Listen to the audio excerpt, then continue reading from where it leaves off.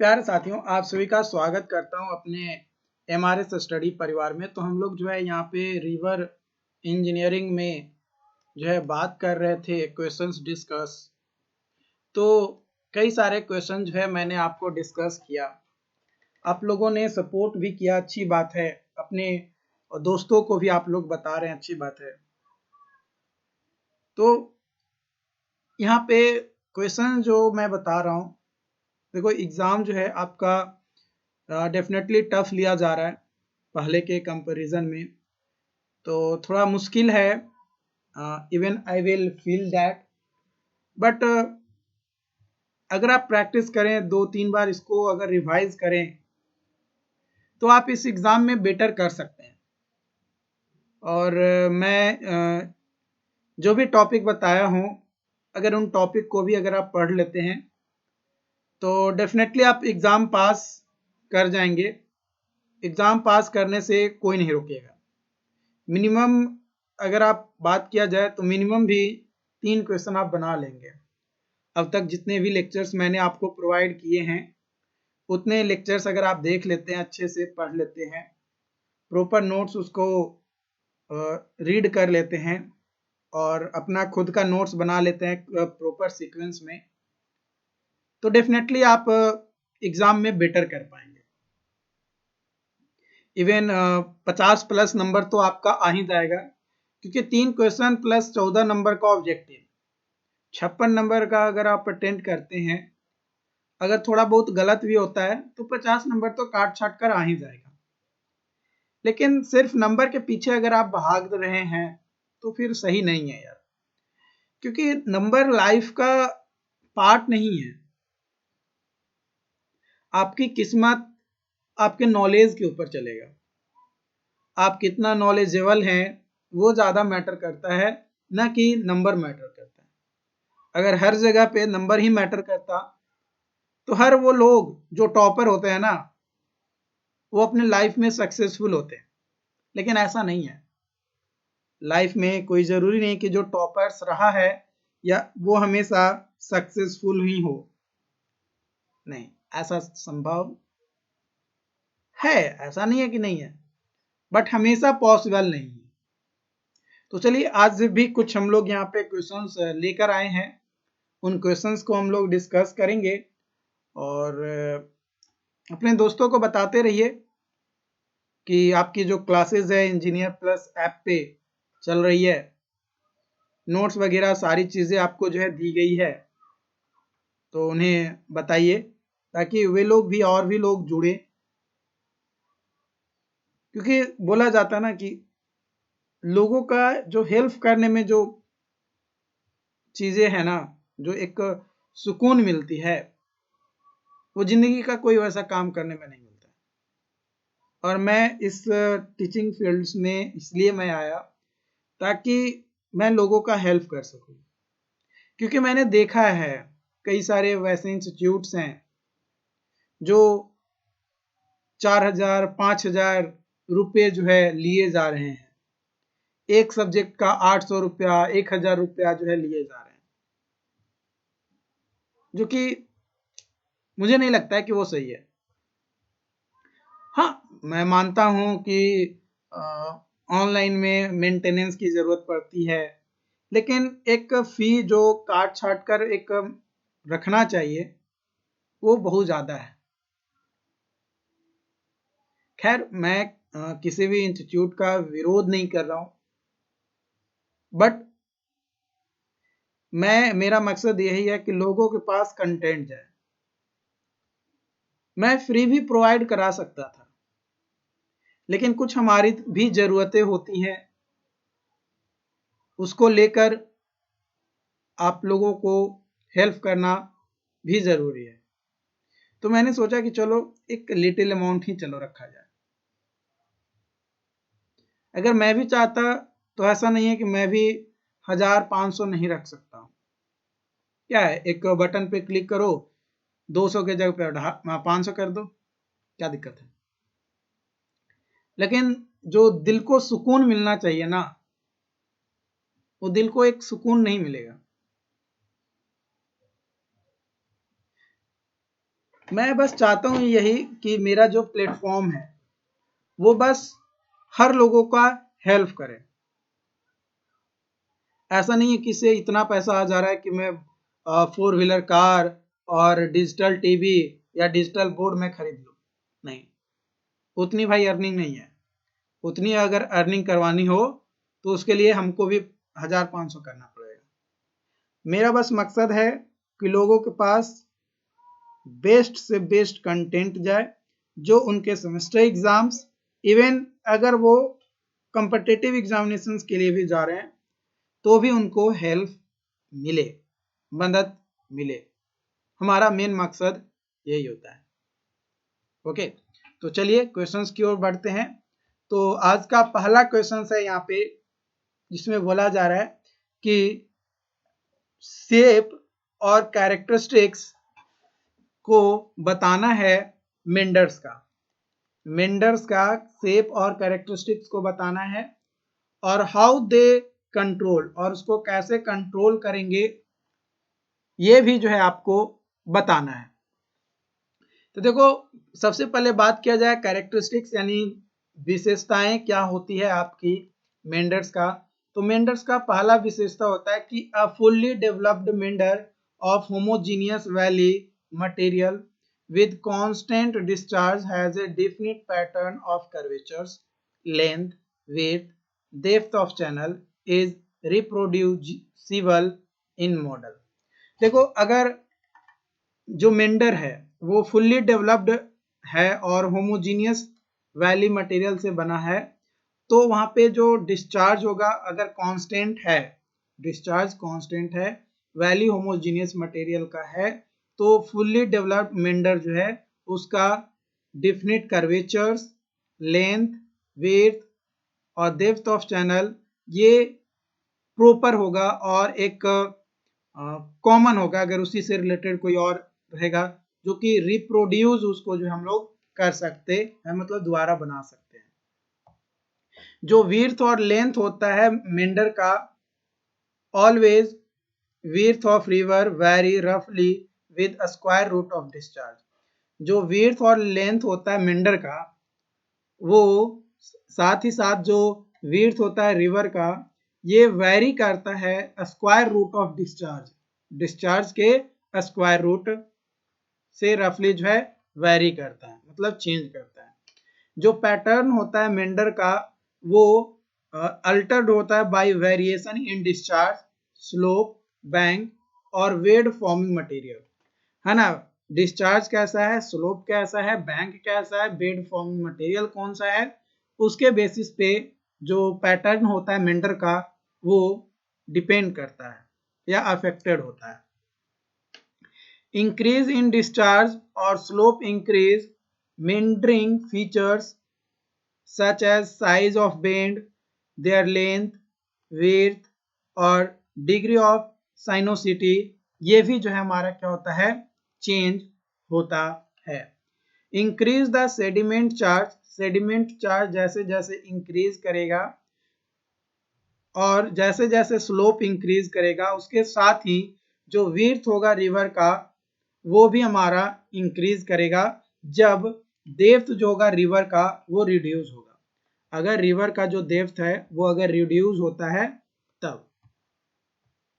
Shape of meanders, a meander is one of the series of regular sinus curve. एक regular sinus curve shape में generally होता है, bend, loops, turns और winding in the channel of river, stream और other water course, है ना। जो भी वाटर कोर्सेज है, जो भी वाटर चैनल है, पाथ है, उसमें या तो रेगुलर साइनस कर्व होगा यानी एस कर्व होगा, या बेंड होगा, या लूप होगा, या टर्न्स होंगे, या विंडिंग्स होगा। कोई भी एक चैनल हो सकता है वाटर बॉडीज में, जो कि एक सीरीज, किसी एक का सीरीज होता है, तो वो मेंडर का शेप होता है।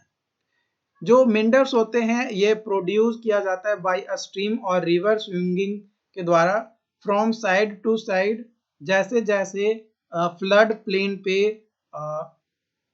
फ्लो एक क्रॉस करता है या शिफ्ट करता है चैनल पे विद इन वैली, वैली के अंदर, तो वो जो है आपका एक मेंढर को प्रोड्यूस करता है। मेंढर को प्रोड्यूस करने के लिए जब सॉइल एक साइड से इरोड होता है ना, ये मान लो कि आपका रिवर है,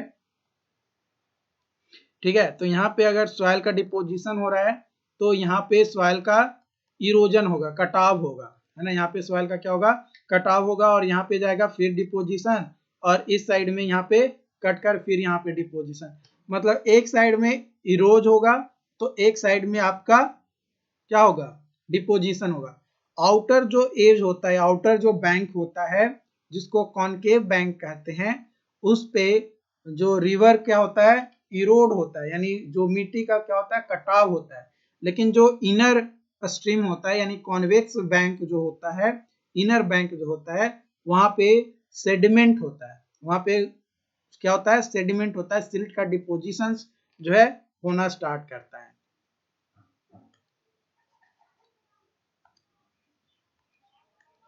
ओके,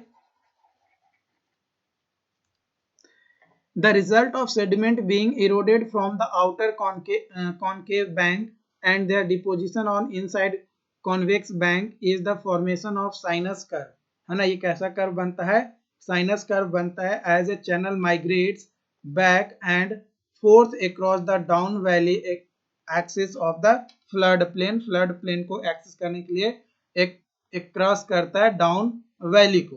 ओके, कैसे मेंडरिंग को कंट्रोल किया जाता है, तो हिस्टोरिकली अगर बात किया जाए तो मेंडरिंग को कंट्रोल करने के लिए हम लोग जो है कई सारे फैक्टर्स होते हैं, जैसे rotation of earth, obstruction in stream bed and Coriolis effects की मदद से हम लोग जो है जनरली इनिशियली हिस्टोरिकली जो है क्या करते थे, इनिशिएट करते थे।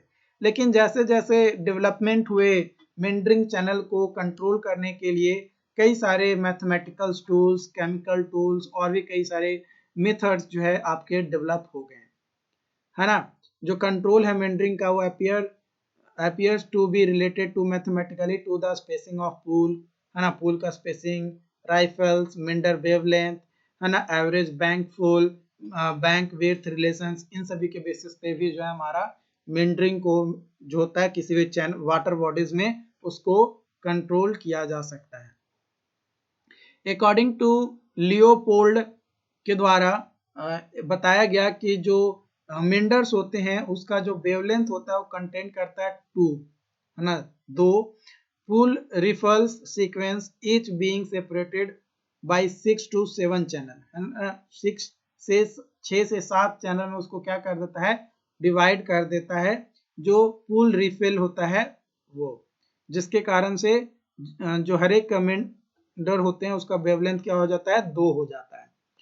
Pool are located on the bend, जो पूल्स होते हैं ये लोकेटेड होते हैं बेंड्स पे, riffles at the inflection point and point bar form, एक पॉइंट वार जो है एक सक्सेसिव स्टेज को क्या करता है, फॉर्म करता है ऑन द इनसाइड बेंड, है ना, जो इनसाइड बेंड होता है उसमें of the meanders in conformity with shape of meanders, stream depth and erodibility of bank, है ना, बैंक का जो इरोडेबिलिटी होता है उसका। तो ये चीजें आपकी हैं और ये आई होप कि समझ में आया हो, यहाँ तक कोई दिक्कत नहीं। इसके अलावा कई सारे हम लोग जो है मेथड भी यूज करते हैं जिसकी मदद से हम लोग जो है बैंक को प्रोटेक्शन देते हैं। ऑब्वियसली अगर बैंक का प्रोटेक्शन करेंगे तो इरोजन कम होगा, इरोजन कम होगा तो मेंडरिंग हमारा कम होगा। ओके, ये चीज आपको अंडरस्टूड है। चलो अगला क्वेश्चन है यहाँ पे आपका, enlist the various theories of mechanism of meandering, है ना, मैकेनिज्म मेंडरिंग का कई सारे थ्योरीज हैं, उन थ्योरीज को कैसे कौन कौन से है वो उसके बारे में बात किया जाए। तो जो पहला थ्योरी है वो है स्टोचैस्टिक थ्योरी। इस थ्योरी में क्या होता है कि जो हमारा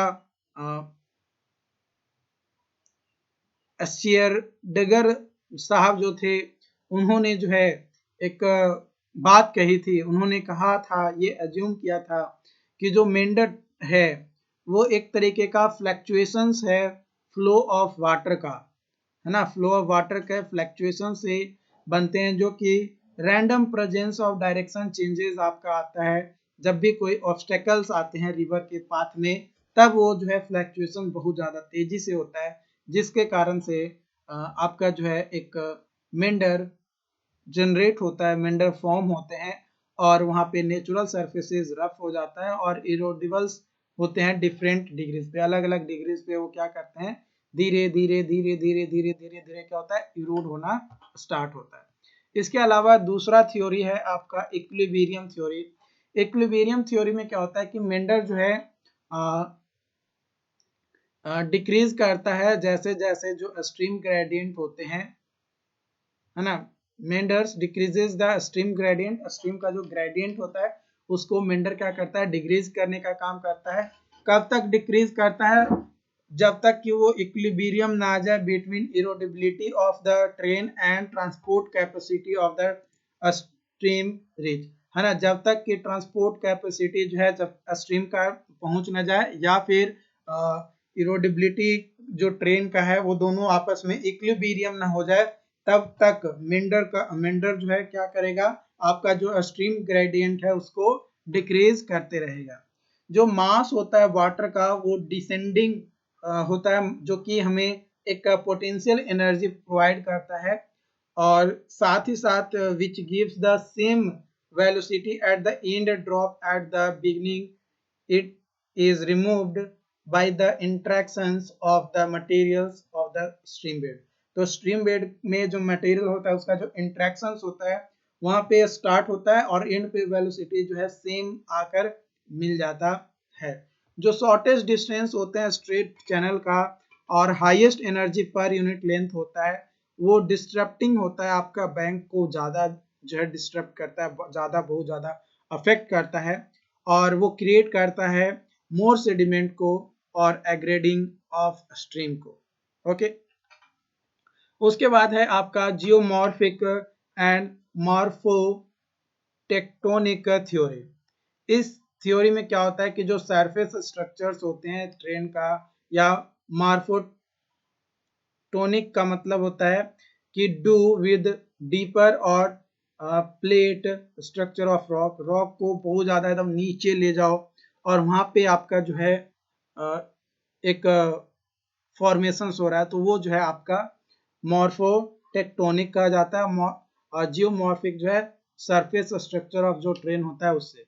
इसका मेन फीचर्स ये है कि ये इंक्लूड होता है under these categories are not random, ये रैंडम नहीं होता है, इसमें गाइड किया जाता है स्ट्रीम को इनटू नॉन रैंडम पाथ, है ना, नॉन रैंडम पाथ पे क्या किया जाता है, गाइड किया जाता है जो फ्लो ऑफ वाटर होता है, स्ट्रीम होता है उसको।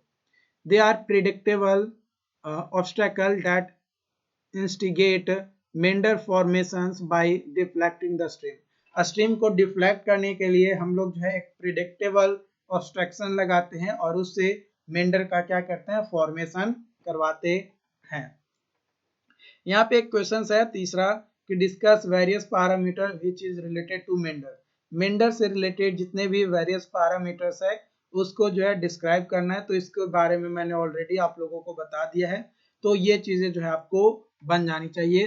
देखो जो भी क्वेश्चंस मैं आपको दे रहा हूं, अगर उस क्वेश्चंस को आप खुद से बना कर रख लेते हो, जो क्वेश्चन मैं दे रहा हूं बना बनाया उसको तो आपको याद रखना है, पढ़ लेना है, और जो क्वेश्चन मैं आपको बनाने के लिए दिया हूं वो रेफरेंसेस है लेक्चर 1 टू इवन यहाँ तक जितने भी लेक्चर्स हैं अब तक के सभी लेक्चर्स को आपको 1 बाय 1 देखते जाना है। यहाँ पे एक क्वेश्चन दिया गया है कि compute the meander length, meander length calculate करना है, मेंडर विड्थ कैलकुलेट करना है, रिवर विड्थ कैलकुलेट करना है इन फ्लड प्लेन में, जब डिस्चार्ज होगा कितना है 49 मीटर क्यूब पर सेकेंड अगर डिस्चार्ज होगा तब। तो meander length is equal to 53.25 under root Q, तो 53.25 इंटू अंडर रूट 47, तो ये आ जाएगा 53.25 अंडर इंटू आएगा ना